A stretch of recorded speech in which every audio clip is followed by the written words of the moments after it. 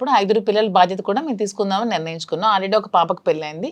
ఇంకో పాప పెళ్ళికి రెడీగా ఉంది. ఆమె పెళ్ళికి కావాల్సిన ఏమైతే మేము ఖర్చు పెట్టాల్సిన డౌరీ ఉంటే అవి కూడా రెడీ చేస్తూ, నా పిల్లలు ఇంకా చిన్నవాళ్ళు just UKG, 5th standard, 6th standard వాళ్ళకి చదివించుకుంటూ వాళ్ళు కూడా ఒక ఉన్నతమైన స్థానంలో పెడుతూ వాళ్ళు కూడా చూసుకుంటూ 5 పిల్లల బాధ్యత ఇంతమంది ప్రజల బాధ్యత మేము తీసుకున్నప్పుడు 5 పిల్లల బాధ్యత మేము తీసుకోలేమా? సిల్లీ క్వశ్చన్ అది. ఎవరు అడుగుతుంటే మేము సమాధానం ఇస్తున్నాం. సమాధానం ఇవ్వాల్సిన అవసరం కూడా మాకు లేదు.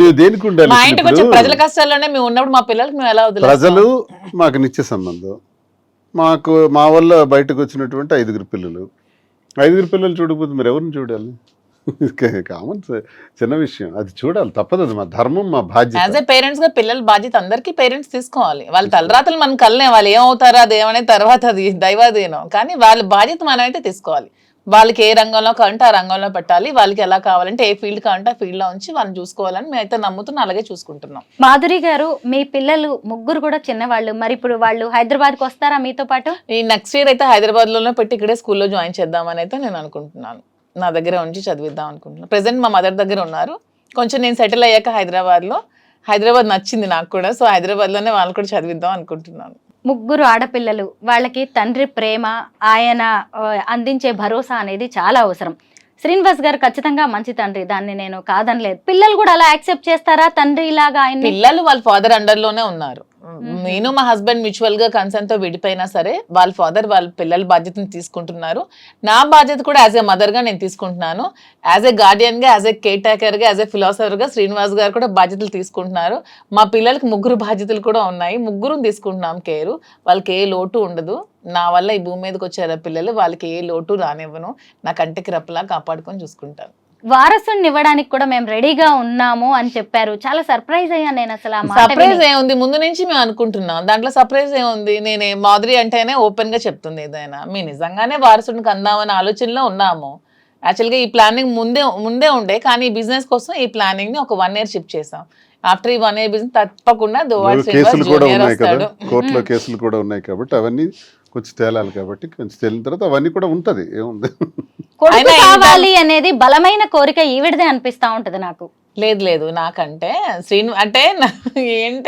శ్రీనివాస్ గారు ఉన్న క్వాలిటీస్, ఇలాంటి అవసరం ఇంకొక జనరేషన్ కూడా ఉండాలి, ఇతని వారసుడు ఉండాలనే ఆలోచన నాకైతే ఉంది, అతనికి కూడా ఉంది, ఇద్దరికి ఉంది. మరో దువాడు వస్తాడంటే అంతే కదా.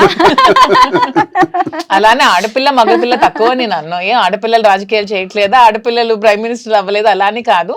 ఊరికే మా ఇద్దరికి అనిపించింది. అంటే 5 ఉన్నారు కదా, వీళ్ళు 5 చూసుకోవడానికి ఇంకో బాబు ఉంటే బాగుంటుంది అంతే. మీ ఇద్దరిది ప్రేమ అనాలా, ఏమంటారు ఈ సంబంధానికి పెట్టే పేరు? అంతకు మించి, ప్రేమకు మించి ఏమైనా పదం ఉంటే పెట్టుకోండి.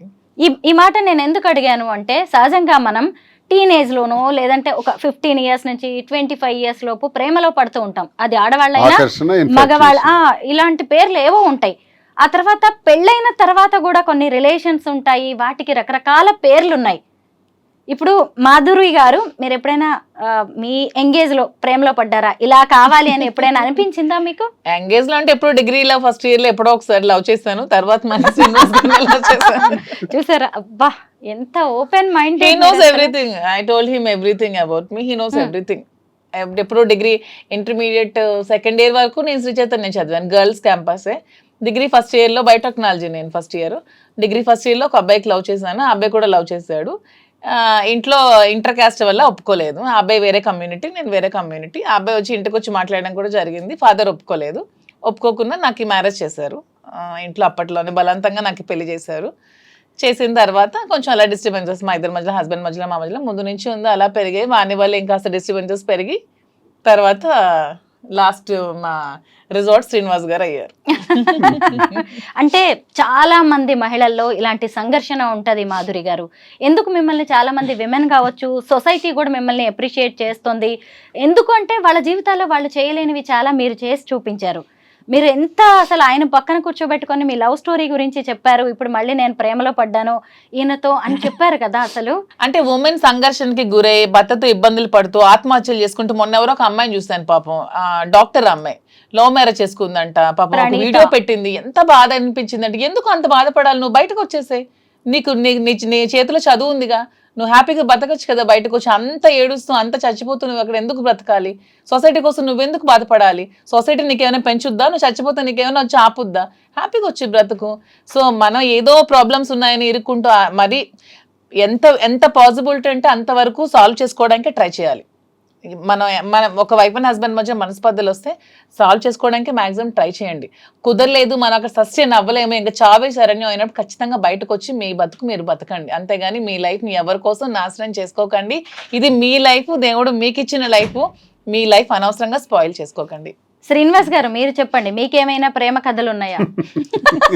1, 2 కాదు, ఒక 100 కథలు ఉంటాయి.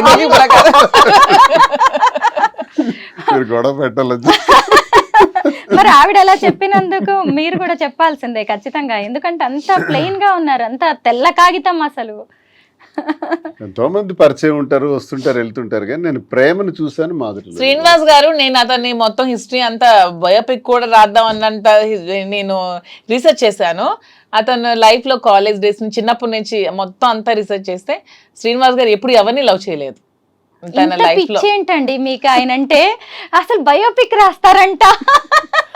యాక్చువల్లీ మూవీ కూడా తీద్దామని చాలా మంది వస్తున్నారు. శ్రీనివాస్ గారి స్టోరీ చిన్నప్పటి నుంచి ఇప్పటి వరకు, ఈవెన్ మా లవ్ స్టోరీతో కలిపి తీద్దామని చాలా మంది మాకు కన్సల్ట్ అవుతున్నారు. ఈ బిజినెస్ లో పడి కొంచెం గ్యాప్ ఇచ్చాం. మంచి మంచి స్టోరీస్ ఉన్నాయి.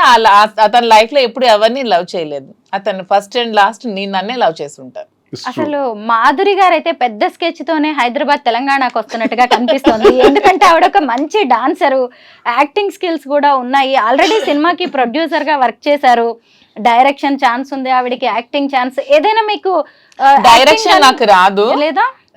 శ్రీనివాస్ గారికి ఇంట్రెస్ట్ ఉండేది, మూవీస్ లో యాక్ట్ చేయాలని ఇంట్రెస్ట్ ఉండేది. నాకు జగన్మోహన్ రెడ్డి గారు అంటే అభిమానం. అతనంటే ఒక ఇది దైవ సమానులు నాకు. సో అతను చేసిన పథకాలన్నీ ప్రజలకి తెలియాలనే ఆలోచనతో, ఆ పథకాలని ఎలా ప్రవేశపెట్టారు, ఎలా చేశారనే ఆలోచనతో ఒక స్టోరీ చిన్నది రెడీ చేసుకొని శ్రీనివాస్ గారిని లీడ్ రోల్ గా పెట్టి వాలంటీర్ అనే ఒక మూవీకి ప్రొడ్యూస్ చేసి ఒక మూవీ అయితే తీసాను. ప్రొడ్యూసర్ వరకే చేశాను. డైరెక్షన్ అయితే నాకు రాదు. యాక్టింగ్ మాత్రం నాకు చాలా ఇంట్రెస్ట్. మీకు సీరియల్స్ లో గానీ, సినిమాల్లో గానీ, వెబ్ సిరీస్ లో గానీ ఛాన్స్ వస్తే చేస్తారా? నాకు ఒక మంచి ఉమెన్ విలన్ రోల్ చేయాలని ఉంది నాకైతే. అంటే రియల్ లైఫ్ లోనేమో మీకు మీరు హీరోయిన్, అంతే, మళ్ళీ రియల్ లైఫ్ లోకి వచ్చేసరికి విలన్ రోల్ చేయాలని ఉంది. యాక్చువల్లీ ఈవిడ దేనికి సూట్ అవుతారండి రియల్ లైఫ్ లో మీరు చెప్పండి? మంచి మనసు ఉంది అమ్మాయి, అంతేనా? ప్రేమ, అభిమానం. మీరిద్దరు కూడా సొసైటీ కోసం, పెద్దల కోసం పెళ్లి చేసుకున్నట్టున్నారు, పిల్లల్ని కూడా కన్నారు. కానీ మీ జీవితాల్లో ఏదో వెళుతుంది. ఆ టైం వెళితే ప్రేమ, ఆ ప్రేమ కరువైంది. ఆ ప్రేమ మా ఇద్దరి మధ్యలో ఇప్పుడు చిగురించి అది గత జన్మ. అంతే, నేను అదే నమ్ముతాను. కర్మ సిద్ధాంతంలో నేను అదే నమ్ముతాను. ఎక్కడో గత జన్మలో ఆగింది, ఆ బ్రేక్ ఇప్పుడు అది కంటిన్యూ అవుతుంది. అన్ని లవ్ స్టోరీస్ ఫిక్షన్ నుంచి వస్తాయేమో, మా love stories real. So fiction వేరు, రియల్ వేరు, మాది రియల్. ఏం నచ్చుతుంది మీకు ఈ వీడియోలో? ఫెయిర్నెస్, స్పష్టంగా, క్లారిటీగా, ట్రాన్స్పరెంట్గా ఉంటుంది. నా పట్ల చాలా ప్రేమ చూపెడుతుంది కదా. అసలు ఇంత ప్రేమని భరించడం కష్టం కదా. ఇంత ధైర్యం అయితే నేను పొరపాటున ఒక మాట అంటే ఇమీడియట్ గా ఎలా రియాక్ట్ అవుతుందో తెలియదు. అందుకే నేను చాలా జాగ్రత్తగా ఏమన్నా అంటే అంటే ఒక క్షణం అతను నాతో మాట్లాడకపోయినా నేను ఉండలేను అనమాట. ఒక క్షణం ఆ గ్యాప్ కూడా నేను. iDream Media. Please do subscribe to iDream. Please subscribe to iDream Media. For best entertainment and information, please subscribe iDream.